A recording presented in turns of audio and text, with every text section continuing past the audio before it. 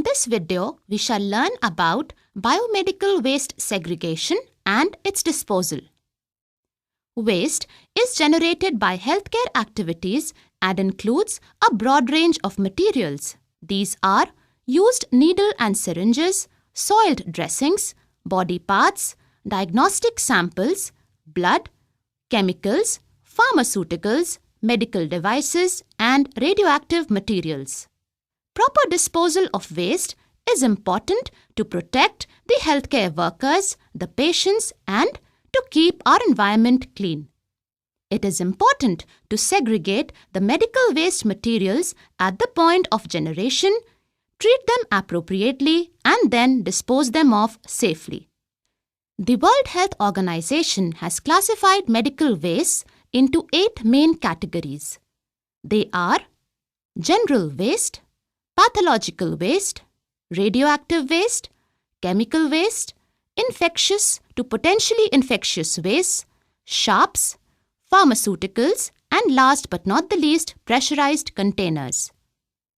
All health professionals should be well conversant with their local hospital policies for waste disposal, which may vary from one place to the other. Commonly, there is a color coding for disposal of biomedical wastes. Drums with black, blue, and yellow polythene bags are used to segregate different types of wastes, each one of which has to be disposed of in a different way. Some hospitals use 4 colored bags for waste disposal. We have to refer to individual hospital policy regarding the waste disposal in these scenarios. The black bag is used for collecting dry waste material which is not infectious. The items to be included are the leftover food, fruits, feeds, vegetables, waste paper, packing material, empty box, bags and wrappers of cannulae. This waste is disposed of by the routine municipal council committee machinery. On the other hand, yellow bag is used for infectious but non-plastic waste. This includes blood-stained cotton, blood, body fluids, placenta, etc. This type of waste requires incineration.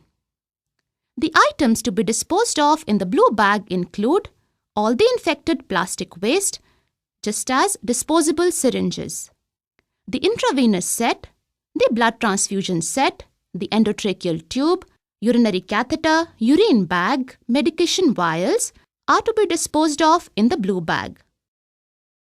The IV set, the blood transfusion set, the endotracheal tube, the catheter, and the urine bag should be first cut into pieces and disposed of in the blue bag. Needles after destroying in the needle destroyer, used sharps, IV cannulae, blade and broken glass should be discarded in a puncture-proof container before disposing it off in the blue bag. Biomedical waste is also collected in the blue bag. The biomedical waste should be autoclaved to make it non-infectious. This is then shredded and disposed of. What are the benefits of biomedical waste management? The surroundings are cleaner and they are healthier. There is a reduction in the incidence of hospital-acquired and general infections. There is a reduction in the cost of infection control within the hospital. It also reduces the possibility of disease and death due to reuse and repackaging of infectious disposables. The incidence of community and occupational health hazards decreases to a considerable extent. The cost of waste management and the generation of revenue through appropriate treatment and disposal of waste is also reduced.